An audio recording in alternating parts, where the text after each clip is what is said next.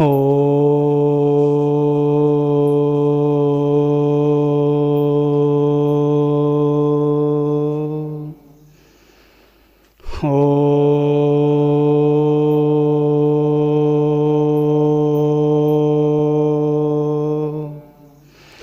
ఓం గురుర్బ్రహ్మా గురుర్విష్ణుః గురుర్దేవో మహేశ్వరః గురుస్సాక్షాత్ పరబ్రహ్మ తస్మై శ్రీ గురవే నమః.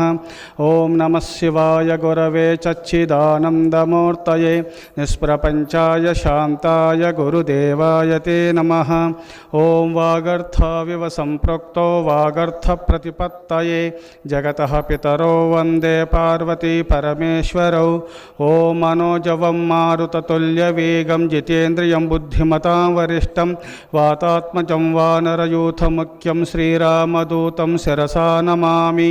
ఓం నమో బ్రహ్మాదిభ్యో బ్రహ్మ విద్యా సంప్రదాయ కర్తృభ్యో వంశఋషుభ్యో మహద్భ్యో నమో గురుభ్యః. ఓం సహనావతు సహనో భునక్తు సహ వీర్యం కరవావహై తేజస్వినావధీతమస్తు మా విద్విషావహై.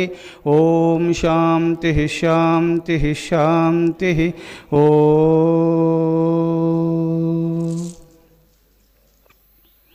మర్ధనా దిక్షుదండానాం రసో యద్వత్ ప్రజాయతే తద్వశ్చరీరదండేన మహాధర్మ ప్రజాయతే. శాస్త్రముల యందు ఈ రహస్యము చెప్పబడి ఉన్నది. ఓ మానవులారా, మీలో అనంతమైనటువంటి శక్తి ఉన్నది. మీరు ధర్మస్వరూపులై భాషించాలంటే, అనంతమైన శక్తి సంపన్నులు మీరు కావాలంటే, చెరుకు గడల యందు రసము ఉన్నది. అది గానగలేసి త్రిప్పినందువల్ల రసము బయటకు వచ్చి ఎలా సద్వినియోగం పడుచున్నదో, అందరూ స్వీకరించగలుగుతున్నారో, అట్నే మీలో అనంతమైన శక్తి ఉన్నది. అది 10 మందికి ఉపయోగపడాలంటే మీరు శ్రమించండి. శ్రమ వల్లనే అనంతమైన శక్తి సంపన్నులై ధర్మస్వరూపులై మీరు భాషించగలుగుతారు అని శాస్త్రముల యందు మహర్షులు చెప్పి ఉన్నారు. మర్దన దిక్షుదండానాం రసో యద్వత్ ప్రజాయతే తద్వశ్చరీరదండేన మహాధర్మ ప్రజాయతే. అనంతమైనటువంటి దివ్యత్వము దివ్యశక్తి నీలో ఉన్నది. అది బహిర్గతము చెయ్యము, అనగా శ్రమించుము, అనగా కష్టపడుము. కష్టపడినందువల్ల నీలో ఉన్న దివ్యత్వము బహిర్గతమవుతుంది. అది 10 మందికి ఉపయోగపడుతుంది, లోక శ్రేయస్సు కలుగుతుంది. అందుకోసమే మీరు శ్రమ వల్ల అనంతమైన శక్తి మీకు ప్రాప్తిస్తుంది. ఆ చెరుకు గడల యందు రసము ఉండినప్పటికైనా ఆ రసము ఆ గానగలేసి త్రిప్పపోతే అది బహిర్గతము కాదు కదా, అందులోనే ఉంటుంది కదా. అందులో ఉన్నందువల్ల 10 మందిని ఆస్వాదించలేరు కదా, 10 మందికి ఉపయోగపడదు కదా. అదే చెరుకు గడలు ఆ గానగలేసి త్రిప్పినందువల్ల రసము అందులో నుంచి బయటికి వచ్చినందువల్ల 10 మంది ఎలా స్వీకరించగలుగుతున్నారు. అట్నే నీలో ధర్మం ఉన్నది, అనగా దివ్యత్వం ఉన్నది. దాని శ్రమ వల్ల బహిర్గతము చెయ్యము, అనగా మీరు నిష్కామ కర్మయోగులే శ్రమపడి మీరు ధర్మాన్ని ఆచరించినందువల్ల ధర్మస్వరూపులై భాషిస్తారు. అందుకోసమే మీరు శ్రమ పడండి. ఏ శ్రమ? మీరు యథాక్షీరం నవనీతం ప్రజాయతే.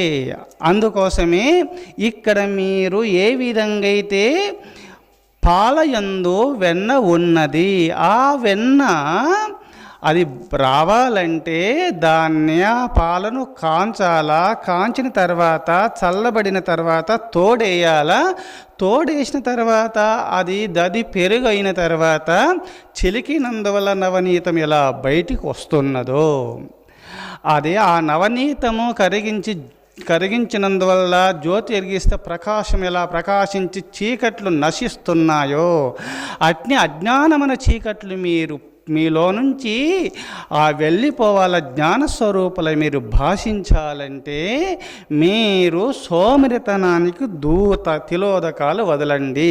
క్షేమానాం సర్వదుఃఖానాం ఆపదాం కోశముత్తమం బేయం సంసార వృక్షానాం ప్రజ్ఞామాంద్యం విచింతయేతు. ఈ సంసారమునకు మూలము ఏది అంటే సోమరితనము. పుట్టటానికి చావటానికి కారణం ఏమి?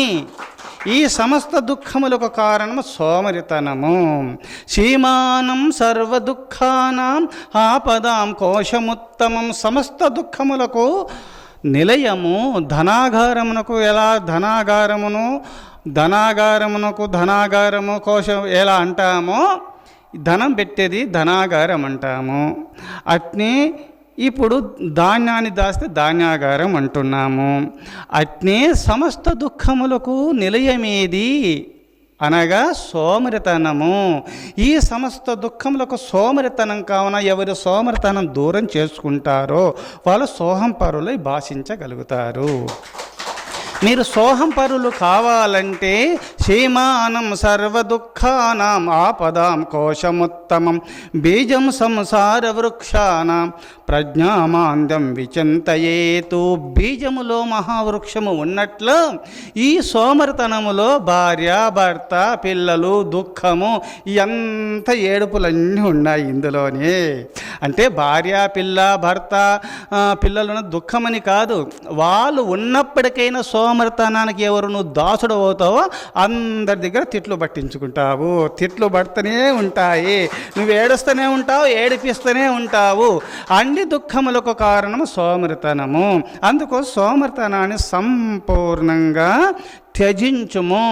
త్యజించడమే కాదు, వదలడం కాదు, దాన్ని వధించాలి. దాని దగ్గరికి రాకుండా మొత్తం పూర్తిగా వధించేస్తే నువ్వు సోహంపరుడవై భాషిస్తావు. ఈ జన్మలోనే నువ్వు ముక్తాత్ముడవు అవుతావు. అందుకోసమే అట్టి పరతత్వమును పొందాలంటే నువ్వు మర్ధించుము అనగా జపధ్యాన పారాయణాలు చేయము. ఇక్కడ ఈహ సంపదలు పొందాలన్నా పరసంపదలు పొందాలన్నా రెండు విధములు. బహిర్గతంగా భావ్య సంపదలు పొందాలన్నా శ్రమించవలసిందే. తినుబండారముల దగ్గరకు చేరి క్షుద్బాధ నివారణార్థమే ఈహ సంపదలు రావాలన్నా శ్రమించవలసిందే. కానీ పరసంపద పొందాలన్నా కైవల్యాన్ని పొందాలన్నా శ్రమించవలసిందే. ఆ పరతత్వాన్ని పొందాలంటే 4 గంటలకు లేవాలా, స్నానం చేయాలా, గీతాపారాయణ ధూపదీప నైవేద్యములు ఇచ్చేసి సూర్య నమస్కారాలు ప్రాణాయామ యోగాభ్యాసాదులు చేసు ధర్మచింతన పరుడవి దైవచింతన చేసినందువల్ల పరతత్వమును మోక్షమును పొందుతున్నాడు జీవుడు. ఇంకా ఈహ సంపదలు పొందాలన్నా ఈ పరసంపదను కావాలని పరితపిస్తున్నటువంటి పుణ్యపురుషులకు ఈహ సంపదలు వాళ్ళ పాదముల చెంత ఉంటాయన్నారు మన మహర్షులంతా. మహర్షులంతా ఏమన్నారు? నీకు ధర్మార్థ కామమోక్షములు మీరు పొందాలని మీరు అనుకుంటున్నారు. అనగా ధర్మము, అర్థము, కామము, మోక్షము. కానీ ధర్మార్థ కామమోక్షములు 4 పొందవలసిందే. అయితే గృహస్థాశ్రమంలో ధర్మ అర్థ కామ మోక్షములు అవసరం. అయితే మోక్ష సామ్రాజ్యాన్ని పొందుతున్నటువంటి అర్థకామములు 2 త్యజించవలసి వస్తున్నది. అనగా ఇక్కడ మానవులు ఈహ సంపద పరసంపద పొందాలంటే మీరు ప్రథమంలో ధర్మాచరణ కలిగి ఉండండి, మోక్షము కావాలని పరితపించండి. అప్పుడు మధ్యలో ఉన్నటువంటి అర్థకామములు మీ పాదముల చెంత ఉంటాయి. అర్థమనగా సిరి సంపదలు, కామమనగా సమస్త కోరికలు మీకు సిద్ధింపబడుతాయి. అనగా ఏదనుకున్నారో అన్ని సిద్ధిస్తాయి. సమస్త సంపదలు ఇహ సంపదను పరసంపదలు మీరు పొందగలుగుతారు. కావున ఈనాడు మనము ధర్మాన్ని వదిలేస్తున్నాడు జీవుడు, మోక్షాన్ని వదిలేస్తున్నాడు, అర్థకామముల వైపు పరిగెడుతున్నాడు. నాకు సిరి సంపదలు కావాలా, నా సమస్త కోరికలు సిద్ధించాలని లేచింది మొదలుకొని పరిండ వరకు పరితపిస్తూనే ఉన్నాడు. అందువల్ల అవి ఎప్పుడు దాసుడు డబ్బు డబ్బు డబ్బు కోరికలు నెరవేరాలని ఏ సంపదల నిమిత్తమే పరిగెడుతున్నటువంటి వారికి అవి ఎప్పుడు ఒకల్లా ప్రాప్తించినా తుటిలో అవి నిన్ను వదిలేసి వెళ్ళిపోతాయి. ధర్మాన్ని ఆచరిస్తూ దైవ చింతన చేస్తున్నటువంటి పుణ్యపురుషునికి అర్థకామములతో పాటు నీకు మోక్షము సిద్ధిస్తుంది. నువ్వు ధర్మాచరణ కలిగినందువల్ల దైవానుగ్రహాన్ని పొందుతున్నావు. నువ్వు భవబంధ విముక్తుడవైపోతున్నావు. ఈహ సంపద పరసంపద నీవు పొందగలుగుతున్నావు. అందుకోసమే ఇహ సంపద పర సంపదలు పొందాలంటే మీరు ధర్మాచరణ కలిగి ఉండండి, దైవ చింతన చేసుకోండి. ఊర్ధ్వభావుర్వదశ్యామనసకస్య శృణోతి మాం ధర్మాదర్థస్య కామస్య సధర్మ కిం న సేవ్యతే. ఇది మహాభారతంలో వేదవ్యాస భగవానుల వారు చెప్తారు. కొంచెము మార్చి భాగవతము భారతము అష్టాదశ పురాణముల యందు కూడా అక్కడక్కడ శాస్త్రముందు ఈ శ్లోకము ఉన్నది. మహర్షులు వచించినారు. 2 చేతులు పైకెత్తి వేదవ్యాస భగవానుల వారు మహాభారతంలో చాటినారు. ఆనాడు మానవాళికి, ఓ మానవులారా, మీరు కేవలము అర్థము సంపద పొందాలా, ఇహ సంపదలు కావాలని, సమస్త కోరికలు సిద్ధింపచేయాలని అహర్నిశలు పరితపిస్తున్నారు. కానీ అదే ఆచరణ పరితపిస్తున్నారు. ధర్మాచరణ కలిగి పరితపిస్తూ అట్టిసే నిష్కామ కర్మయోగులై విహరించినందువల్ల, ధర్మాచరణ కలిగి మీరు విహరించినందువల్ల నిష్కామ కర్మయోగులై పరితపిస్తూ అట్టి పనులు చేసినందువల్ల, నిష్కామ కర్మయోగులై అట్టి నిష్కామ కర్మలు చేసినందువల్ల మోక్షము కావాలని పరితపిస్తూ ఆ దైవ చింతన చేసినందువల్ల మీకు సమస్త సంపదలు, సమస్త కోరికలు మీ పాదముల చెంతుండి అది మమ్మల్ని స్వీకరించుమని పరితపిస్తుంటాయని 2 చేతుల పైకెత్తి వేదవ్యాస భగవానుల వారు మహాభారతంలో చాటినటువంటి మహాశ్లోకం ఇది. ఊర్ధ్వభావుర్వదశ్యామనచకశృణోతి మాం ధర్మాదర్థస్య కామస్య సధర్మ కిం న సేవ్యతే. మీరు ధర్మార్థ కామ మోక్షములు మీరు పొందాలంటే ధర్మాచరణ కలిగి దైవ చింతన చేసుకోండి. మోక్షం కావాలని పరితపిస్తూ ధర్మాచరణ పరాయణులై మీరు పరితపించినందువల్ల అర్థకామములు మీ పాదముల చెంత ఉంటాయి. నా మాట నమ్మండి. మీరు దైవాన్ని వదిలేసి, ధర్మాన్ని వదిలేసి డబ్బు నాకు సమస్త కోరికలు నెరవేరాలంటే అవి జన్మలు మీకు నెరవేరాయి. మీరు అధర్మ కార్యక్రమములు చేసేవి సిద్ధింప చేసుకున్నారనుకో, అవి అధర్మ మార్గంలో పోతూ దైవాన్ని ధర్మాన్ని వదిలి మీరు సిరి సంపదలు సంపాదిస్తే అవి జొన్న వరి వేసినందువల్ల 4 నెలల్లో పంట బండి ఎలా కృల్లిపోతున్నదో, రూపునామములు లేకుండా పోతుందో, అట్ని అధర్మంతో సంపాదించిన సంపదలు వరి, జొన్న, సజ్జ ఇవన్నీ వేసినందువల్ల 4 నెలల్లో పండి రూపునామా లేకుండా ఎలా పోతున్నాయో, అధర్మంతో సంపాదించిన సంపదలు అన్నీ కూడా నీతోటో వెళ్ళిపోతాయి, తరతరాల వరకు ఉండయి, అప్పుడే వెళ్ళిపోతాయి. నువ్వు ఉండగానే ఏ సంపద అధర్మంతో సంపాదించి ఎలా సంతోషపడుతున్నావో, నువ్వు పొయ్య లోపలను నువ్వు ఏడుస్తూ పోతావు. ఏ చిల్లి గవ్వ కూడా నీకు దక్కదు. ధర్మాచరణ కలిగి సంపాదించిన సంపదలు కూడా మామిడి చెట్టులాంటివి, పనస చెట్టులాంటివి, చింత చెట్టులాంటివి. అవి మొక్క పెట్టినప్పుడు మాత్రము నీకు శ్రమ తప్ప, మేకలు రాగలకుండా కంపలు వేయాలా, ఎరువు వేయాలా, దానికి నీరు పోస్తూ శ్రమిస్తూ కష్టపడి 5 సంవత్సరాలు కష్టపడి చేసినందువల్ల నీకు పూతొచ్చి పిందెలు కాయలు కాచి నీకు ఫలాదులను ఎలా ఇస్తున్నదో, ఆ వృక్షము అప్పుడే కాదు, తరతరాలు నీకే కాదు, నీ తరతరాదులకు ఏ విధంగా నీకు ఫలాదులను ఇస్తూ ఉన్నదో, ధర్మ మార్గంలో పయనిస్తూ సంపాదించిన సంపదలు తరతరాలకు ఉంటాయి. అవి పొమ్మన్నా పోవు, మీ వెంబడే పరిగెత్తుకుంటూ వస్తాయి తరతరాల వరకు. అట్టి ధర్మ సంపద అని మహర్షులు తెలియచేసిన దివ్య సందేశం ఇది.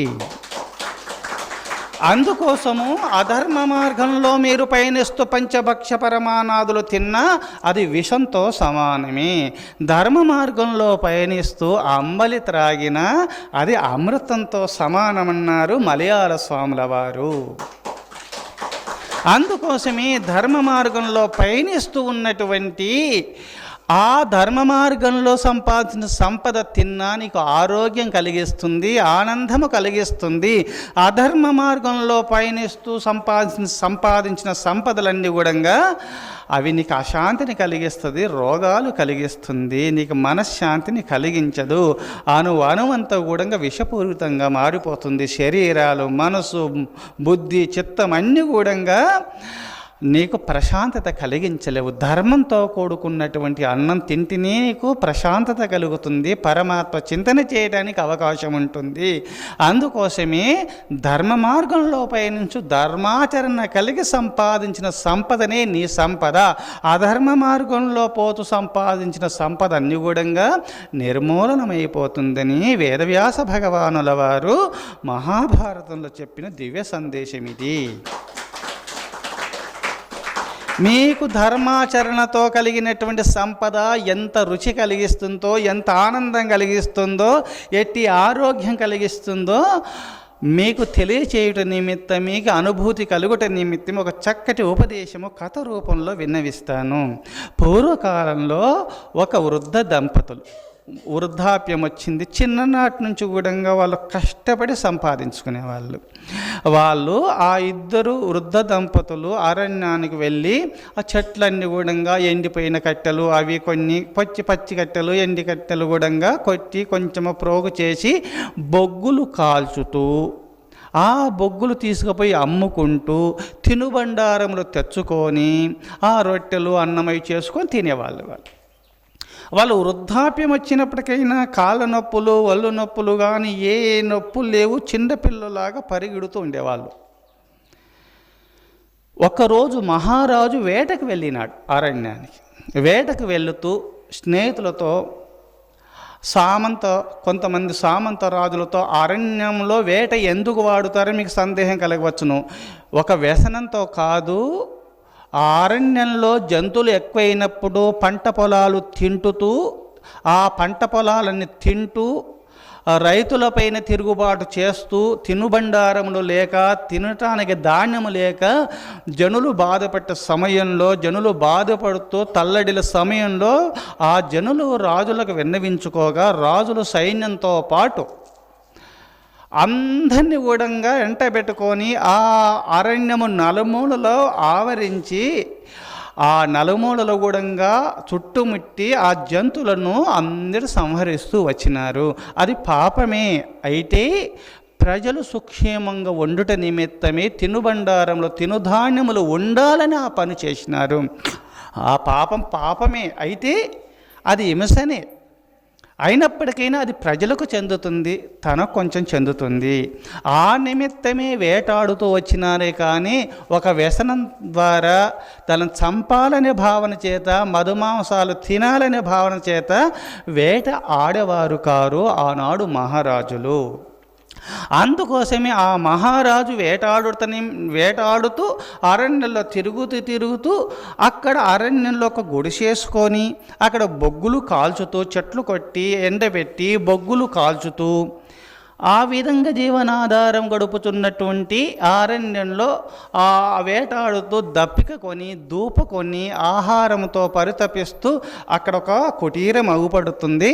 అక్కడ నీరు దొరుకుతుందన్న ఆశ చేత ఆ కొండ యొక్క ఆ శిఖరాలపై నుంచి చూసి దిగి అక్కడికి వెళ్ళి ఎందుకంటే కిరీటములు, భుజకీర్తులు వేట మార్గంలో కొంచెం అన్ని పక్కకు పెట్టి ఉన్నాడు కావున, మామూలు మనిషిలాగా అవుపడ్డాడు కావున, అమ్మా నాకు కొంచెం దప్పిక అవుతుంది, అనగా ధూప అవుతుంది, నీరు ఇస్తారంటే, నాయన నీరే కదా త్రాగు నాయన అని చెప్పి నీరు ఇచ్చినారు.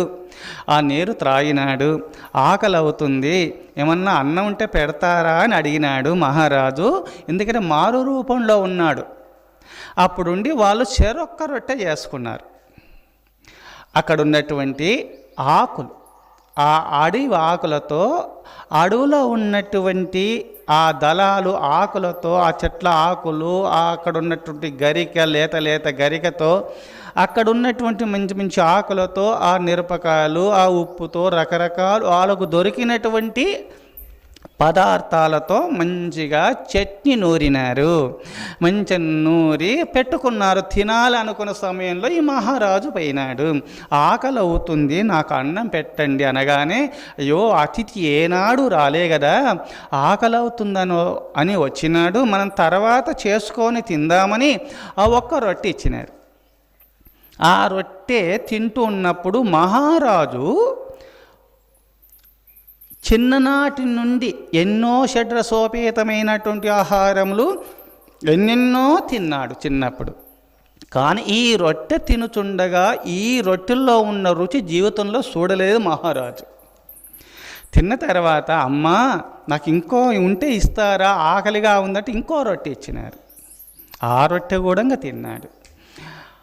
ఎందుకంటే మహారాజుకు అన్నీ ఉన్నాయి, అన్ని రకాలు తిన్నా వీళ్ళు కష్టార్జితమైనటువంటి ఆహారమును పెట్టినారు. కావున ఇందులో ఉన్నటువంటి రుచి ఆయన రాజభవనంలో ఉండి రకరకాలు తిన్నప్పటికైనా ఈ రొట్టె, ఈ చట్నీ, ఈ కూరతో సమానంగా తూచబడలేదు అట్టి పదార్థములు. ఈ రుచితో ఆ రుచులు సరిపోలేదు. అప్పుడు అనుకున్నాడు, చిన్ననాడు గురుకులంలో ఉండి చదువుకున్నాడు, ధర్మాచరణ కలిగినటువంటి ఆహారం ఇలా ఉంటుందని పెద్దలు చెప్పగా విన్నాను.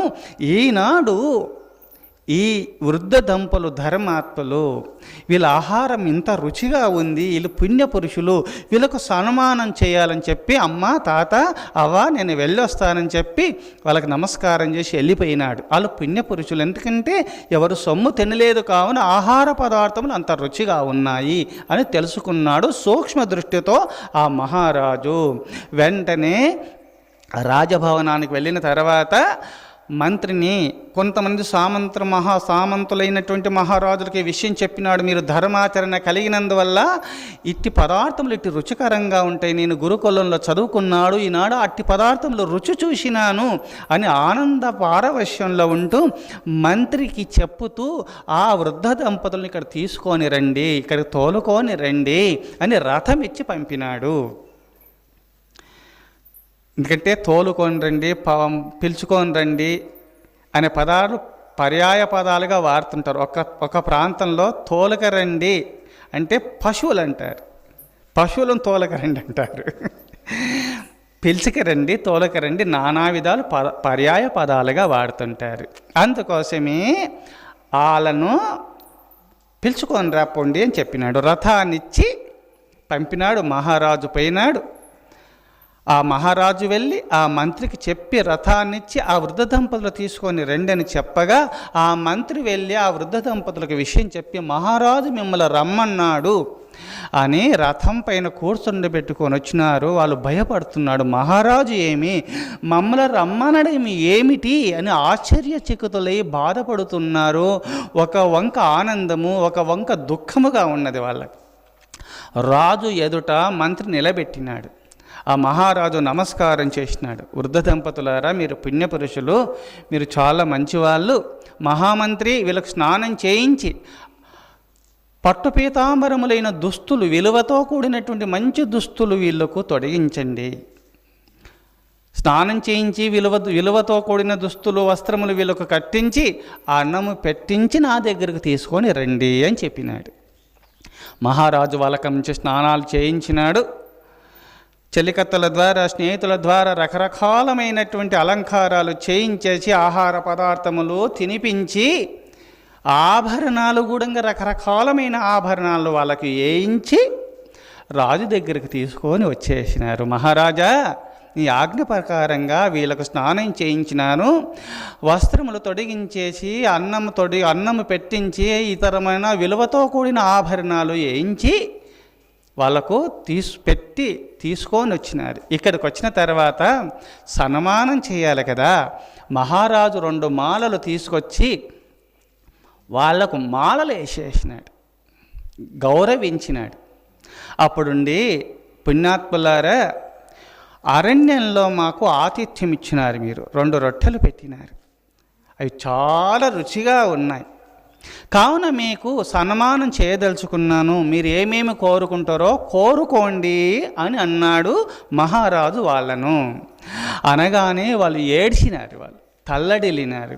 వాళ్ళకేం మైషమ్మ గ్రామదేవతలు ఉంటారు కదా, మధుమాంసాలు తినుచున్నటువంటి గ్రామదేవతలు గొర్రెలను కోస్తారు, మేకలను కోస్తుంటారు. ఆ గొర్రెను పొట్టేలను తీసుకుపోయి ఏం చేస్తారు?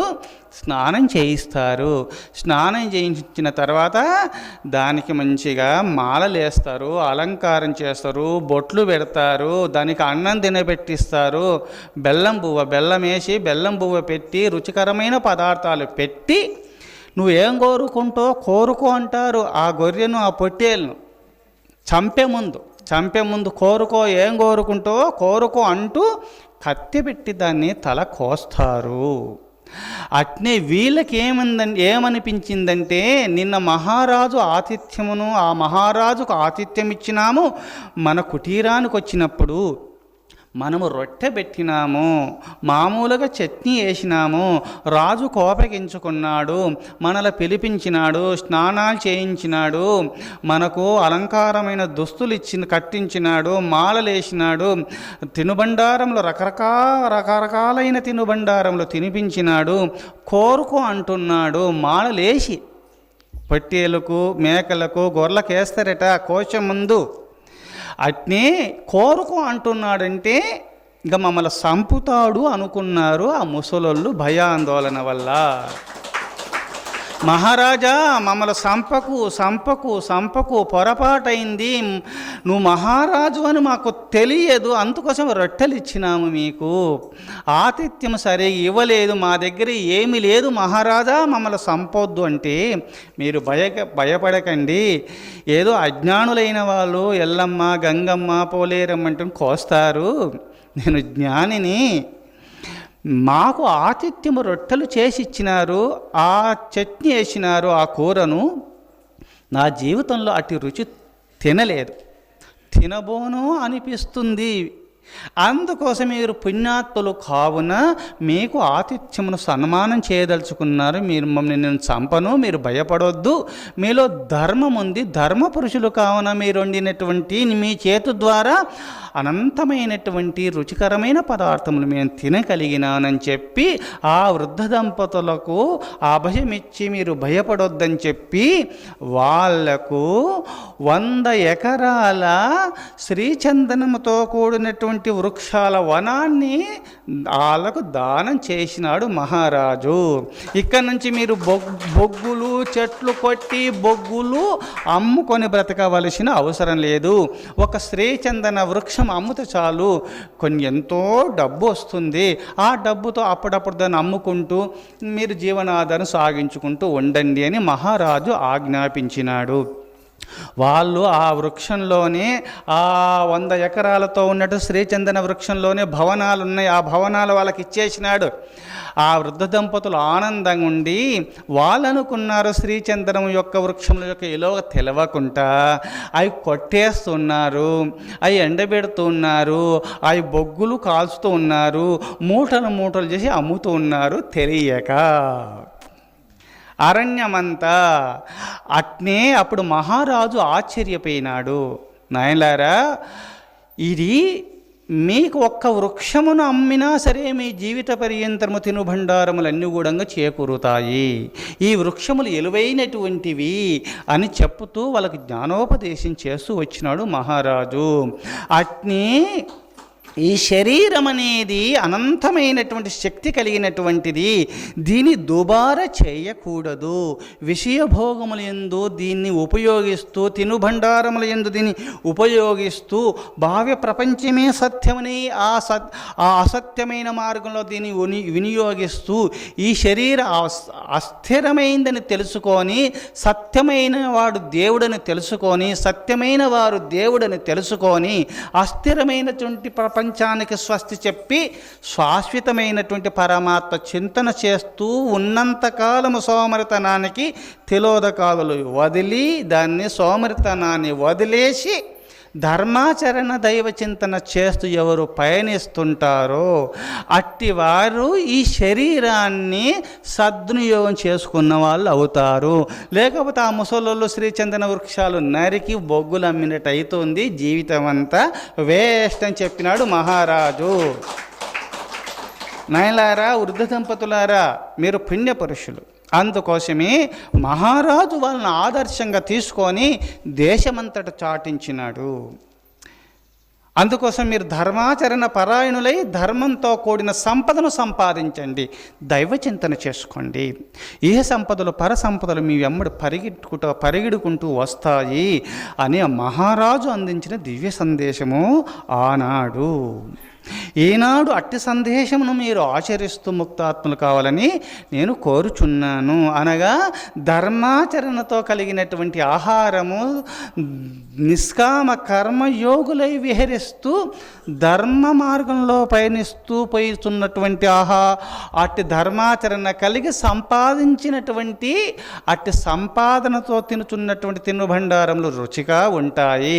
అవి తిన్నందువల్ల ఆరోగ్యం ఉంటుంది, ఆనందము ఉంటుంది. వారు పరమాత్మ చింతన చేయడానికి అధికారులవుతారు. అన్యాయంగా ఇతర సంపదలు కొల్లగొట్టి తింటే అణువణువున ప్రవేశించి నీకు ఎప్పుడు భయాందోళనే జీవితం గడుపుతూ ఉంటారు. వాళ్ళు పరమాత్మ చింతన చేయటానికి కూడా అధికారులు వాళ్ళు కారు అని శాస్త్ర పురాణముల యందు ఈ రహస్యం చెప్పబడి ఉన్నది. అందుకోసమే మర్దన దిక్షుదండానాం రసో యద్వత్ ప్రజాయతే తద్వశ్చరీరదండేన మహాధర్మ ప్రజాయతి. మీరు ధర్మస్వరూపులై భాషించాలా. ధర్మదేవత ముద్దు బిడ్డలై ఆ ధర్మదేవత యొక్క ఆనంద భాసంలో కాస్తూ నిన్ను చూస్తూ చిందులు తొక్కుతూ ఆనంద పారవశ్యంలో మునిగి ఉండాలంటే మీరు నిష్కామ కర్మయోగులై ధర్మాచరణ పరాయణులై దైవ చింతన చేస్తున్నటువంటి పుణ్యపురుషులకు భగవంతుడు కరుణించి మీకు ఇహ సంపదలు పర సంపదలు ప్రసాదిస్తాడు. మీరు ఆనంద పారవశ్యంలో మీరు ఇహ సంపదను పొందుతూ ఆ పరసంపదను పొంది కైవల్యాన్ని పొందగలుగుతారు. అందుకోసము మీరు ధర్మాచరణ పరాయణులై దైవచింతన చేస్తూ మీరు ముక్తాత్ములు కావాలని కోరుతూ ఓం తత్సత్. ఓం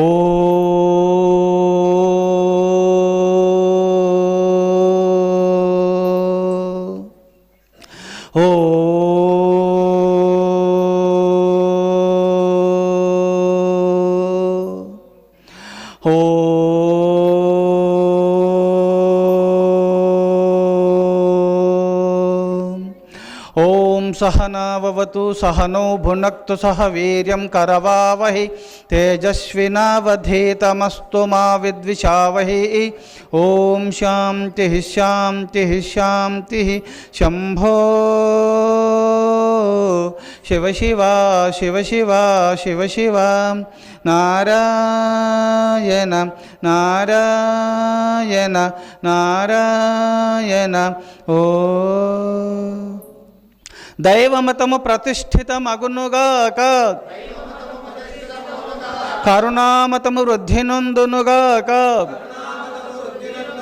శాంతిమతము స్థాపితమగునుగాక, సత్యమతము స్థిర ప్రతిష్ఠిత నొందునుగాక, సనాతన ధర్మమతము ఉద్ధరింపబడునుగాక, ఋషిమతము వర్ధిల్లునుగాక, స్వాతంత్ర్యమతము జయించునుగాక, జ్ఞానమతము వ్యాపకమగునుగాక, కలిమతము అంతరించునుగాక, అహింసావ్రతము స్థిరస్థాపితమగునుగాక. ఓం తత్సత్. ఏమైనా ఆధ్యాత్మిక సందేహాలంటే కింద తపో గుహ దగ్గర మీ సందేహ నివృత్తి చేసుకొనవచ్చును. ఓం నమః శివాయ.